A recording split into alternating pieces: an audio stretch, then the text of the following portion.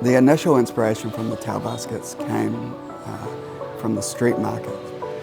The markets are the heart of daily life in Vietnam, and my family and I would go there most mornings to collect our daily produce, our fruit and vegetables.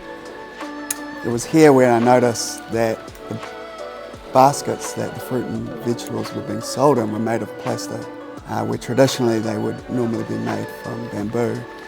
And it's this real interesting dynamic that's going on in Vietnam where the modernity versus the traditions are sort of coming together in this really interesting way.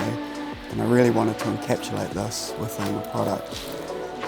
And I guess the way we ended up doing that was by flipping that and using the traditional way with which the baskets were made, but the modern context being the colour that we wove into the baskets. And this really represented the fresh produce that was being displayed in them that was within the markets.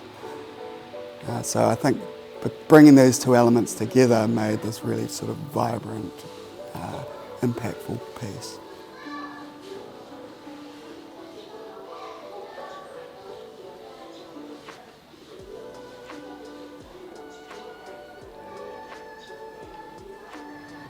A really inspiring trip, and it was amazing to see how they constructed these baskets from the raw material through to the finished product.